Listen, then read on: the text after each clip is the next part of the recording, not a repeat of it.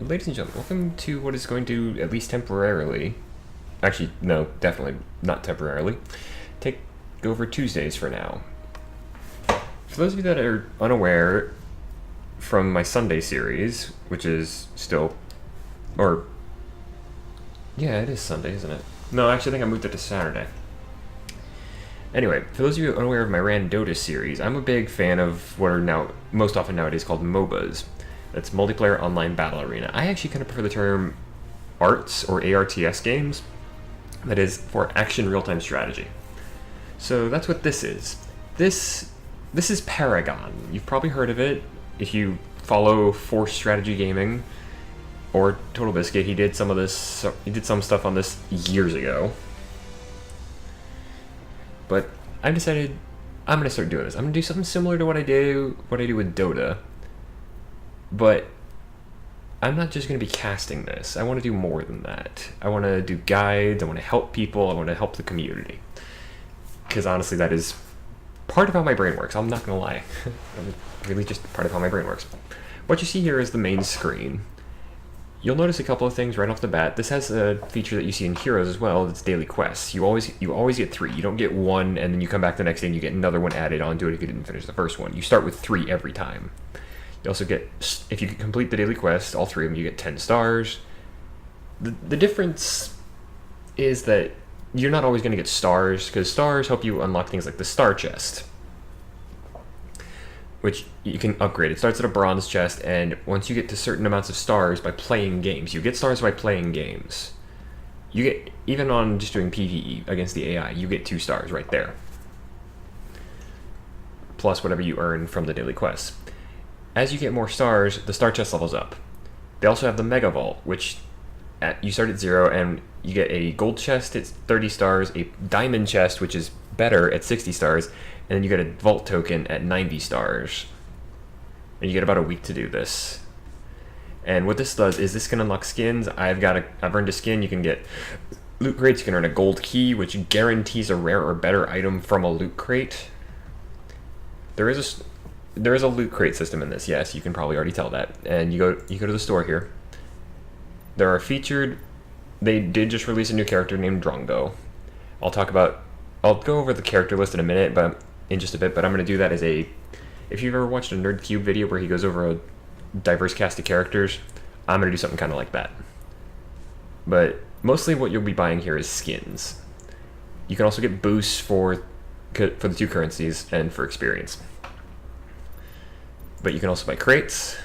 You can buy a loot crate for 299 coins. That's what this symbol means. It's coins. I'll talk about that in just a second as well. You can also buy crates and keys, or you can just buy keys. Now, you might be thinking, well, I don't know how much this is. How much in real world money is 299 coins? Before I go into the monetization system, I'm going to tell you I am going to be working with US dollars because that is the currency I know. That is what I work with. That's also what it shows me. You might also have noticed the open beta in development thing. Yes, this is still technically in beta, but it's got a store, it's got microtransactions. I'm willing to talk about it. Anyway, let's go to the coins. So, 1,000 Paragon coins you get for $10, 10 US dollars. So that equals 100. It's $1 equals 100 coins. That is literally a 1-to-1 ratio in American money. You get literally 1 coin per cent. You cannot go down any farther. Like, you cannot go, oh, I only need 1 coin, let me go buy 1 coin. No, can't do that. So the minimum you can buy is $10 worth, which is 1,000 coins. As you go up, though, you get bonuses. So, like, it's still the same ratio. So 1,000 coins for $10, 10,000 coins for $100. But you also get 1,800 bonus coins. So you do get some benefit there. As I said, you can have boosts because you have 3 different things. You have 3 different things. You have experience, which you can get for these. You can get here. Excuse me. Experience raises your account level. And starting off, I'll talk about what the account level does in just a moment. You also have reputation. If you've ever played League of Legends, this is the currency you earn playing the game, is reputation. You see that up here. My reputation, currently got 154,067. That is actually not a lot, because reputation things for reputation. The cheapest thing you'll get is 250, and I'll show that off when I get into the differences. You can also have coins. That's what this is over here. Like, so you can have boosts, you can have experience or reputation boosts. You can have ones for remaining for wins, or wins remaining, one for time remaining. You can only buy time remaining boosts. You cannot buy win remaining boosts. Win remaining boosts can be earned through crates. That's how I've gotten them before. You can also have banners. There's quite a few of them. These you can get out of chests as well, although some of them are pretty rare. My favorite one is the one I actually got out of chests, the Harbinger of Death. You can go and take it's a neat little banner. I'll show it in just a bit. You can also get emotes. I don't actually know how the emotes work exactly. Like, I don't know how to use them in game. These are some of the characters. In fact, you know what? Let's go ahead and go straight into the roll call. So here we go. Elsa on a rage bender. Tinkerbell has lost her mind. Ring Wraith plus Dementor plus Hammer. Watership blowing up. A little too much Shadowrun. Why am I beeping? TF2 and Borderlands had a baby. That LARPer who just can't let it go.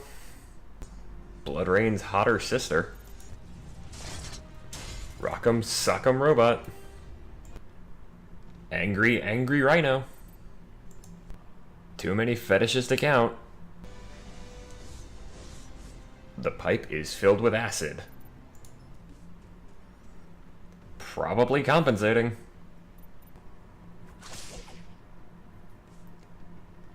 Chicks with whips. How people see paladins. A more realistic paladin. An organ grinder who uses actual organs. 4 bullets and no fly list. Babe with the power. They do want to set the world on fire. Paragon with clothes on. Basically a space marine. He really wants to be a StarCraft ghost. Tosh 2.0. Holy hard drives. Lars Ulrich in 50 years. A successful version of Ted Nugent. Natalie Dormer liked the haircut, apparently. Your average murderous K-pop star. The Hulk's fishy cousin. Arrows do not work that way. The generic tank. Iron Man on a budget. Literally every MOBA has this guy. And because why not Catgirls? Alright, that was a fun little roll call, wasn't it? Now you can actually watch games, and you can also does Paragon TV, which is live games being played right now. Featured games, which unfortunately there aren't any right now. I'm guessing this is for tournaments. There is an esports scene for this already. It's not very big. They've already held one tournament. There's recent games. These can be other people have played them. Mostly it's going to be other people who played them. You have personal games. You have games with your friends. And you can also just search for a game. Now, one of the neat things about this game is that, I think I actually like it. It's the new system that they put in for in-game progression, in-match progression. Some people don't like it because they think it's unbalanced. I've played quite a few games using it. Not a huge amount, but I've played a number. You'll notice I'm level 22 up here. I earned most of that before the new system came in. But I'm going to show you guys the new system. I'm going to talk a little bit about it because it's something that really separates this out. One of the big differences between this and other MOBAs, this is a lot more like Smite in that it's a third-person over-the-shoulder camera rather than the top-down isometric that you see in most games. However, the big difference is you set your build. You can set depending on how many slots you have. I've got 7, a buddy of mine's got 5. I think it's because I bought some slots beforehand. You set your build before you go into the game, effectively. You pick your character, and then you use these. You use cards. You also have decks. I've got, like I said, I've got 7 deck slots. I might show these off at a later date. I don't know. But the big thing about the deck is that they include cards and gems. I'm going to talk about the cards first. The cards, you might notice, have different symbols. The lightning bolt, the heart with the plus sign, and the sword. These represent the 3 core stats in the game. For each 1,000 gold you have, and you start the game with 1,000 gold, for each 1,000 gold you earn, you can go in and buy a point in a stat, which is where the gems come in. There's 3 stats. There is agility, which is represented by the sword. There's vitality, which is the heart with the plus sign. And then there's intellect, which is the lightning bolt. These kind of boil down to this. The thing is, these are not hard and fast comparisons to other things. For example, agility covers things like movement speed, attack speed, and also attack damage. Sorry, spaced out for a second there. But that's how agility works.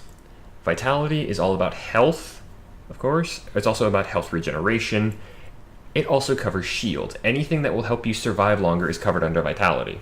Armor, ability armor, anything that gives you better sustainability for your health. Intellect is going to be ability damage, as well as cooldown reduction, and MP, your MP gauge. Also MP regeneration. It is actually still called mana, but yes. So, like I said, they kind of, each of the 3 stats covers quite a range. To go back to the cards, the reason I mentioned those stats is because you notice how this has a 1 with the intellect symbol. That means to be able to equip Chanting Shaman, this card here, when you go into the game, you have to purchase a point in intellect. Coin Master and Exoskeleton, same thing with vitality. Then you get into the combinations, like Pack Leader here requires 2 intellect and 1 agility. Whereas Sprykin takes 4 intellect and 2 vitality. The combinations can get all over the place. Some of these cards can require a ton of 1 stat and none of the others. Some of them can require like 5 of each. There's actually a card I've seen that requires 1 of each, at least I think it's like 3 or 4 of each stat, which is quite a bit advanced. But for example, One of the Tree takes 10 agility, 3 vitality. Malank Nasher, 13 intellect. Some of these cards get pretty expensive. Some of them also just cost gold, such as the Generator. Costs 1,200. But that is something like your mana potions.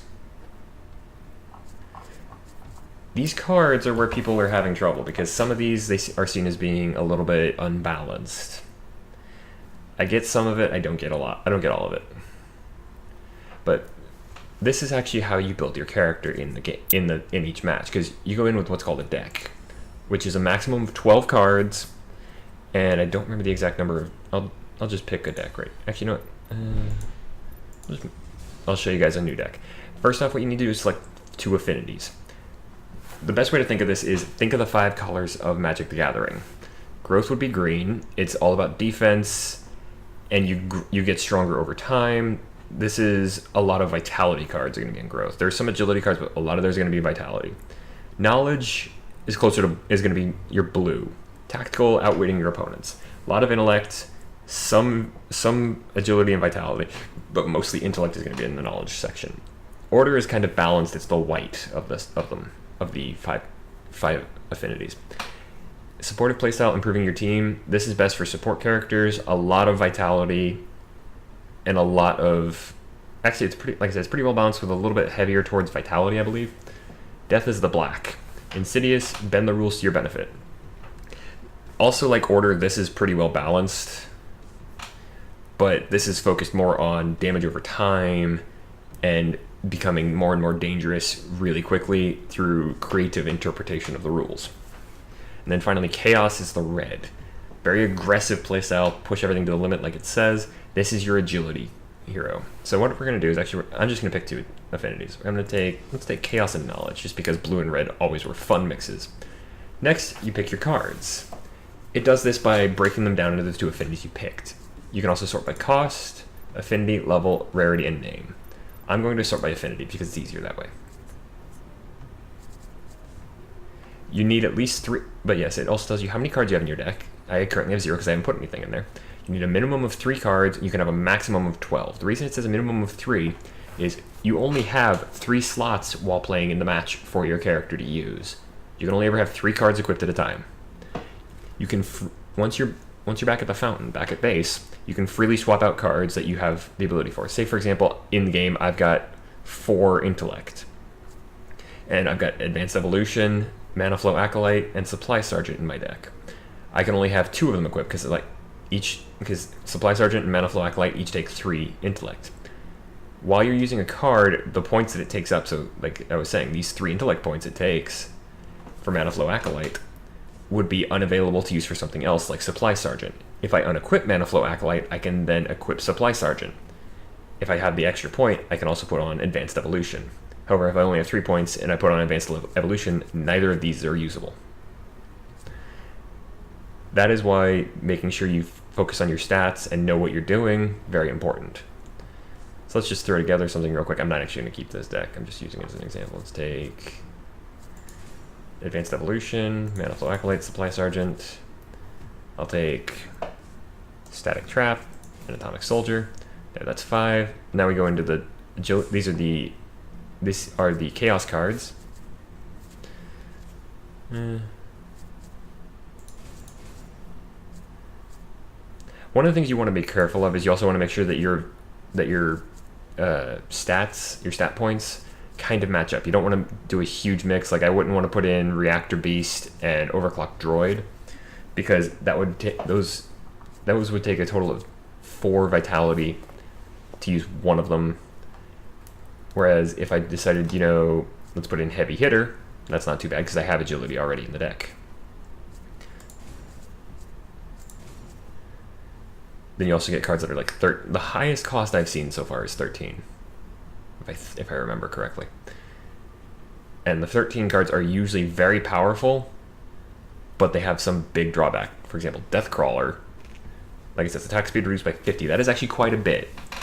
But every 8 seconds, your basic attack deals 250% bonus damage. Deathcrawler is great for a critical hit deck. Next up, we have the gems. You have to have 6 gems. I think 6 is 6 is also the maximum. These are also split by your 3 stats. You have agility, vitality, and intellect again. Since the deck I'm currently building here is just nothing but agility and intellect, let's take a look. Each gem also takes up one of these 5 slots. And a gem will actually tell you when you look at the gem in your collection what slot it fits into. So for example, I've only got 1 gem for slot 1, that's Auto Health Potion. So for 15 seconds, I gain 4.9 health regen once a minute when I fall below 50% max health. That is a good gem to start with.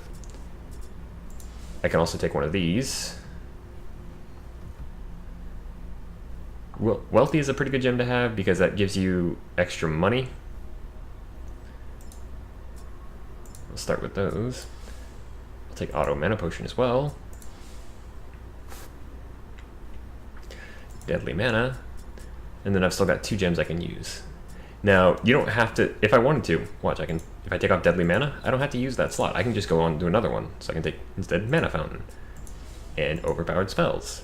You don't have to go in order. It's good to do it sometimes, but not always. Also, I'm going to stop here and talk real quick about Relentless Pursuit, where it says basic attacks no longer apply a combat penalty. There is a small penalty to your speed when you're attacking. So if you're trying to chase somebody that's really low, and if they're just at the edge of your attack range, don't attack unless you know for a fact you can kill them in 1 shot. Because unfortunately, like I just said, if you miss that shot, and you do have to aim, because like I said, this is a third person over the shoulder camera, then you have to deal with, oh, they're probably going to escape. If you have Relentless Pursuit though, they probably won't.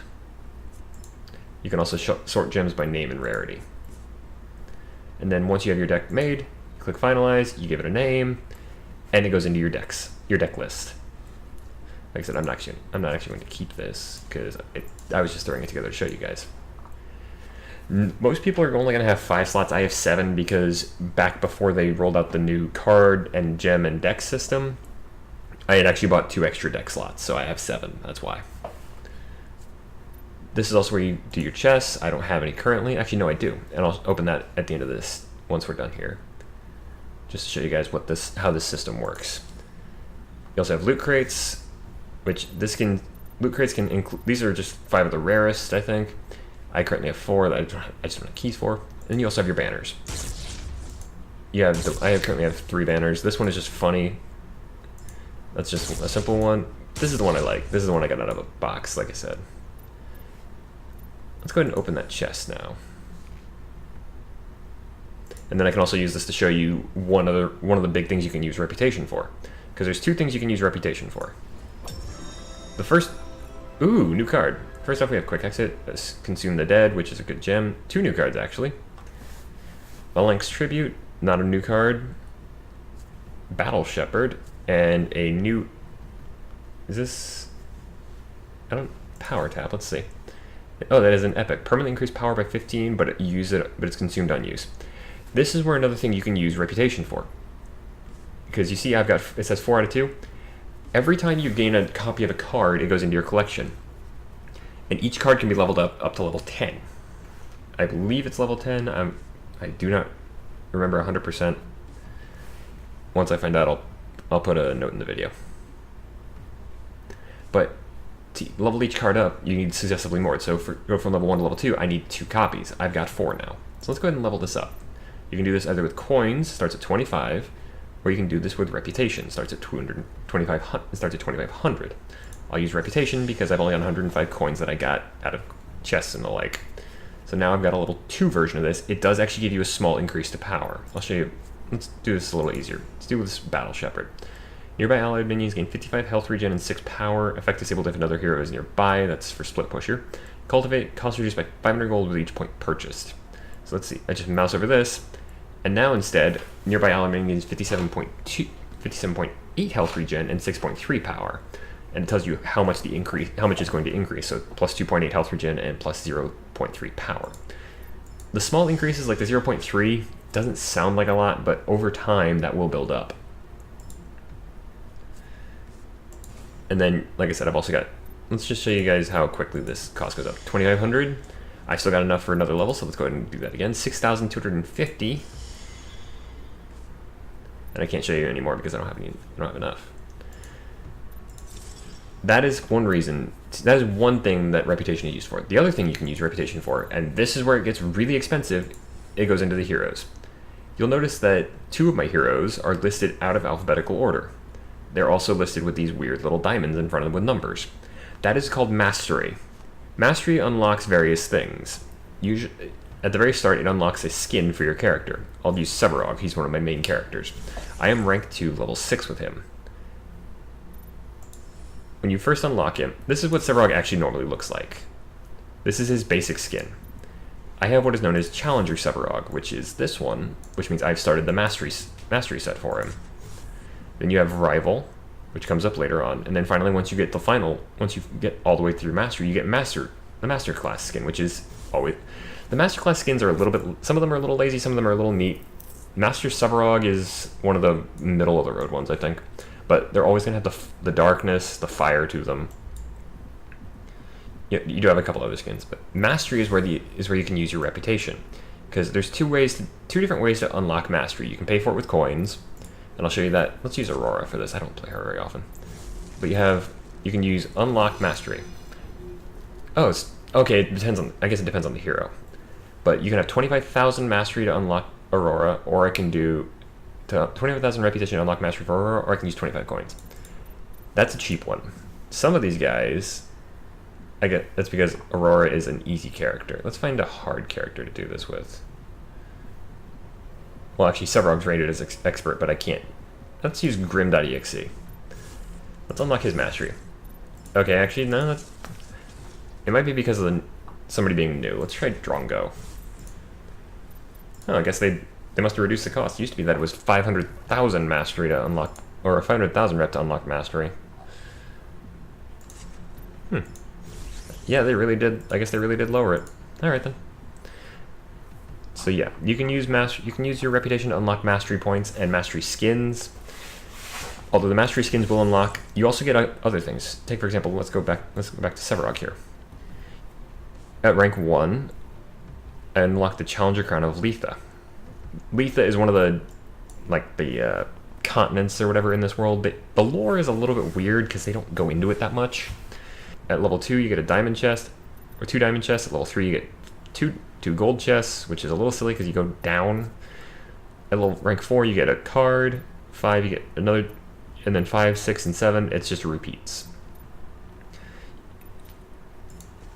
And then but that's at rank 2, which is what I'm at. Rank 1 is where you get the skin. Rank 3, you get an emote.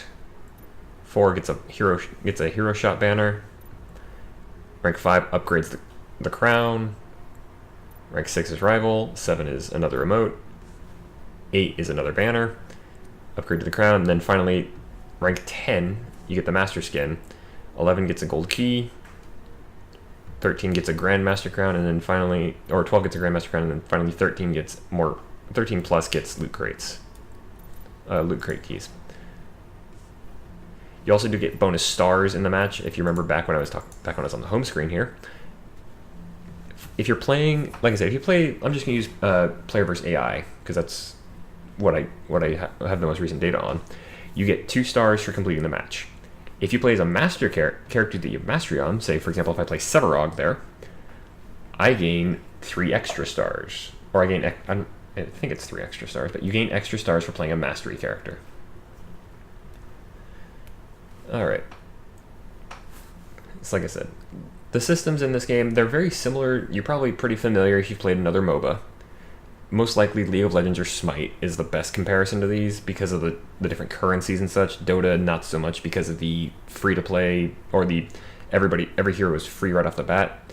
Whereas as you level up, you do unlock more characters in this game. I might be able to show you that, actually. No, that's just the daily rewards, never mind. But, for example, starting off at level 1, you're only going to have access to some of the easy heroes. Like, you'll have access to, say, Greystone, maybe Aurora and Countess. But you won't have access to, say, Fang Mao or Drongo. As you level up, gain more experience, they'll give you more advanced heroes. Severog is one of the last ones you unlock. I unlocked him early on because I played a lot of this very early.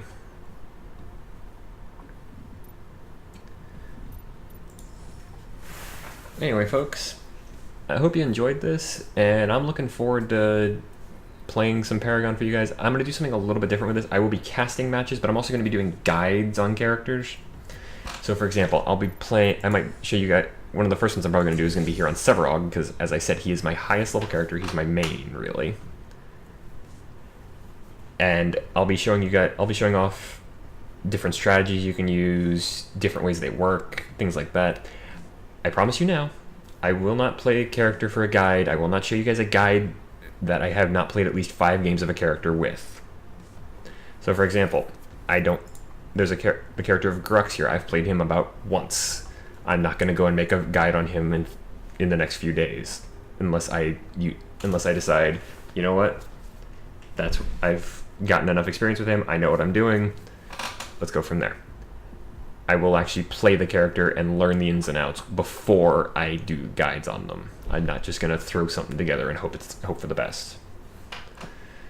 Anyway, folks, I hope you enjoyed this, and I hope you enjoyed the rundown I gave you of the character list.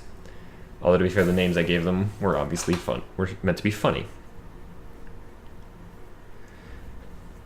But anyway, folks, I have been D. I'll see you guys on the other side next Tuesday. So good night and good gaming.